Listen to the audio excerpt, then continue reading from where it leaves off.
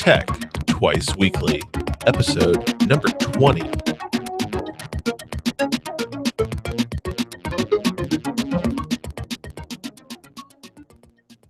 Welcome to Tech Twice Weekly for starting that over because I can.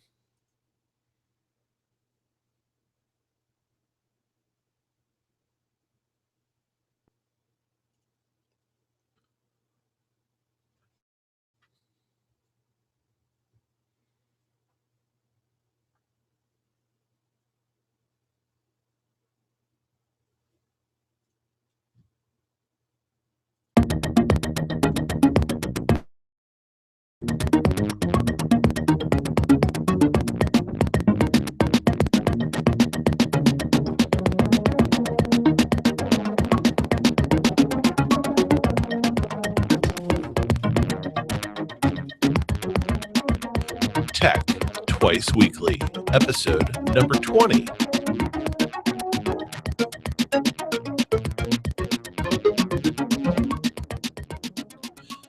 Hey, everybody, welcome to Tech Twice Weekly for October 9th, 2014. This is your source for technology news and discussion every Monday and Thursday. I'm your host, Ben White, and today's show is going to be a little bit shorter than normal. My usual guest, Eric Fee, is still waiting for Comcast to get around to installing internet at his new place, but I didn't want to go without getting the news to all you great listeners. So, with that being said, let's jump straight into the top stories. Starting off tonight is some fun news from Gizmodo, who is passing along leaked photos of the new Minecraft themed Lego collections. While these kits were not expected to be released until November, several Russian Lego stores have posted the new collections to their online stores early. This means there are no prices available yet for the US, but the leaked images show a number of new monsters and animals, as well as the Ender Dragon and many other new blocks. CNET is reporting on AMD's CEO Rory Reid stepping down and also walking away from his role as president and board member with the company. Current plans indicate he will remain with AMD through the end of the year to Lisa Su, transitioning immediately into the CEO role. This change comes as the company continues to struggle to turn around their market performance. Droid Life is covering the leaked manual for Verizon's next Droid smartphone, the Droid Turbo. The manual provides the hardware specifications, and the phone includes a 21 megapixel dual LED flash on the back with a front facing camera, along with a 5.2-inch ultra high definition display and a high capacity, long lasting battery. The phone will also support QI wireless charging and Motorola's turbocharger, which is also included with the device. As this was only the manual being leaked, there is still no release date and no price announced. We've been hearing news about the post PC era coming for a while now, and for some time, PC sales have been down. However, Digital Trends is reporting that research firm Strategy Analytics has concluded that PC sales will spike 5% globally within the next year. According to Strategy Analytics data, they're making this claim under the belief that many people will soon be replacing unsupported Windows XP systems with new Windows 10 computers, in addition to Windows 10's anticipated release driving direct PC sales as well, along with the formal release date for OS X Yosemite expecting to come out soon. Speaking of Yosemite, right on the heels of Apple's iPhone announcement, PocketLint brings us Apple's invite to their next press event on October 16th. Apple is notoriously tight lipped on what the press events will cover, but the invite did include the phrase, "It's been too long." This has led many to speculate that the event will be focused on product refreshes for some of Apple's older product lines, such as the iPad and the Mac Mini. There is also a rumor that a new iMac with Retina display could be announced as well. VentureBeat is reporting on today's release of the x86 64-bit Android L developer preview emulator image. This image allows application developers to start testing their 64-bit apps to ensure they're ready for release when Android L officially launches. Currently, Google still has not given a date for the Android L release, except to say it is coming this fall. And no formal dessert name has been announced either. So feel free to continue letting your guesses on the name go wild. Personally, I'm supporting key lime pie or key lime pies. No, it's an L release. I'm supporting what what's the popular one these days? Lemon meringue pie? Lemon meringue pie. That's what everyone's guessing, based on some LMP found in the source code. But hopefully by the end of October, maybe early November, we'll find out. I can't imagine how much later Google could put this off as we're kind of starting to run out of fall. Where's the time going? Have you ever wanted a top level domain name to represent your city? If you live in New York City, you now can.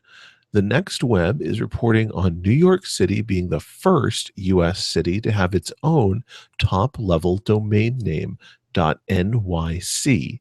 To claim one, you'll need to put up $29.99 and register it under a New York City physical address. Both businesses and individuals are eligible to register these new domains. Recode is sharing news from HTC that they are postponing plans to release a smartwatch. According to the handset manufacturer, they want to slow down and make sure they get it right. Jason McKenzie from HTC Americas said the company originally planned to debut a smartwatch at their press event held on Wednesday, yesterday. However, it just wasn't ready. They plan to continue working on their smartwatch and hopefully and give announcements and more details early next year. Ars Technica is covering news coming in from the No Duh department, reporting that over 99% of Comcast's shareholders voted in support of purchasing Time Warner Cable for $45.2 billion. And while the shareholders may approve of the merger, the deal is still pending regulatory approval as well as approval from Time Warner's shareholders. It is expected for Time Warner's shareholders to nearly unanimously agree on the merger, just as Comcast's did. But it is less clear if the U.S. Justice Department and the Federal Communications Commission will support this merger. Many consumer rights groups are strongly arguing against the merger, despite Comcast's argument that they provide no competition against Time Warner in any market.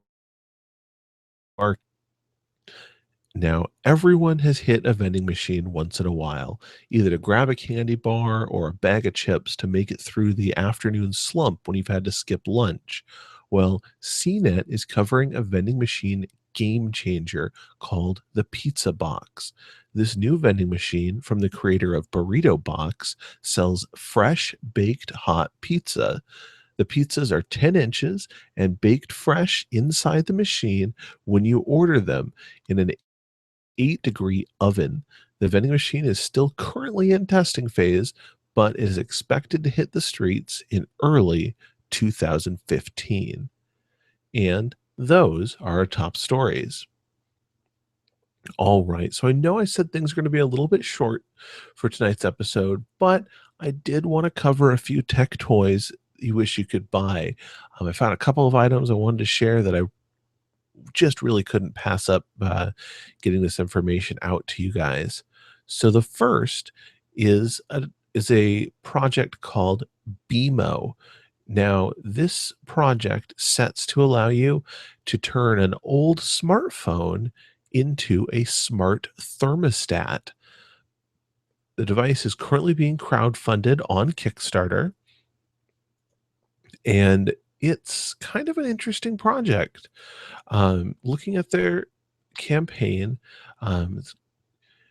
it allows you to replace your home thermostat and connect using BMO, which is a product that like I said, turns smartphones into smart home features. And it can work with both Android and iPhone based on their advertising. But and thermostats are what they're really pushing here, but it also covers lots of areas of home automation and energy control. The way it works is using, see, I believe it's an app looking over the thing. I'm not quite clear if it's just an application or if it actually involves flashing your device, making it the only good for being a thermostat. I'm not quite clear on that from the information they've provided. But what this does is for $249, you'll get a new Android device, which isn't necessary, but it's the package they're offering. You'll also get their connection device, which connects over USB to provide some of the functionality for the home kit. So really what you're using is your smartphone for the touchscreen interface that normally a Nest or a Honeywell internet connected thermostat would offer. You're just taking advantage of the fact that your smartphone, older smartphones especially, have a really nice touchscreen interface that, despite maybe they're getting along in the tooth for regular usage, something simple like this could be their alley. So they're really repurposing this device. So it looks interesting.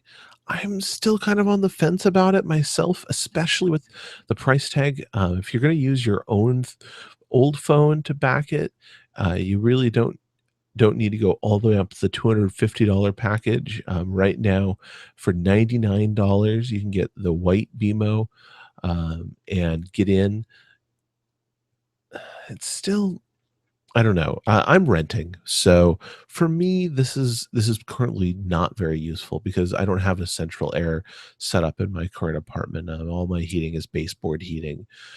So going into winter, while I'd love to be able to control all those baseboards remotely, this device just isn't for me right now. But I do like the idea of it. It's got quite a lot of time to go. The campaign just launched. It only has 13 backers for $1,000 currently, with 38 days to go, which means their early bird package at the $99 mark still has 91 slots available.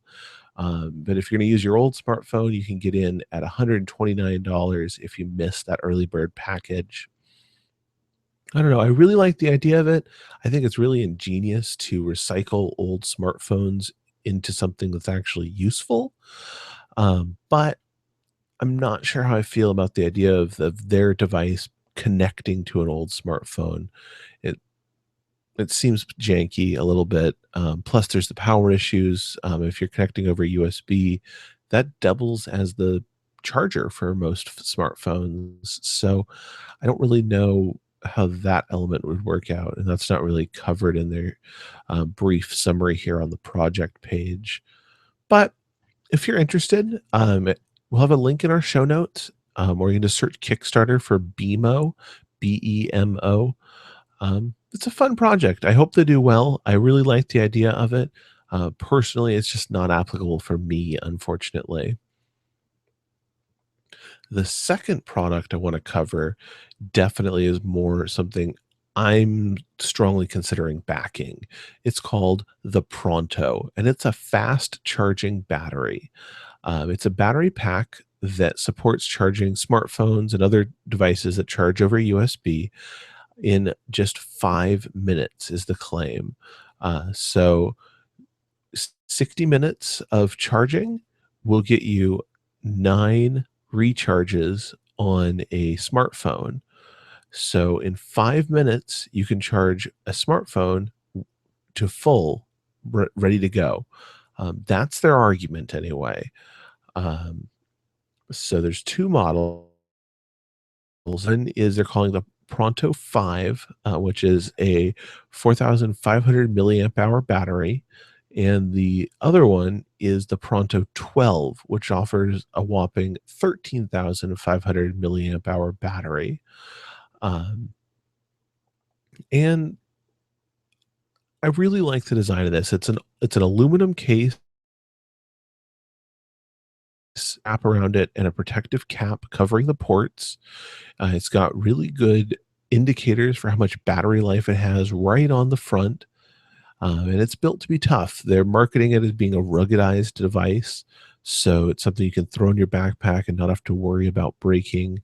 They actually show in some of their footage here people just having it clipped by carabiner to backpacks and things. So it definitely is intended to be something you can take with you on the go. The smaller Proto 5 offers one 2.4 amp charger. If you jump up to it, actually supports two USB out charging at 4.8 amps. So that gives you a lot of power to send out. It also has a 12-volt out, so you can charge laptops or DSLRs with a adapter that's available. So that's pretty impressive, actually. And it means you can also charge this device on a car battery if you needed to in a pinch. So it gives you a lot of options here. You can get in the smaller device currently for $69. That's the early bird, which I believe is still available. No, no, the early bird is gone at 69. Right now, you're looking at $79 to get on the Proto 5 early adopter. The retail price is going to be $99, they're saying. So it gives you a little bit of a savings if you get in there. If you're looking at the bigger device, the Proto 12, those early birds are also gone, but you're looking at $119 to get on that one. And they're quoting a $100 retail price once the campaign is over. So if you want one of each, they've got you a deal there for $169. That's going to save you $79 over the retail price, and then just go up from there in packs.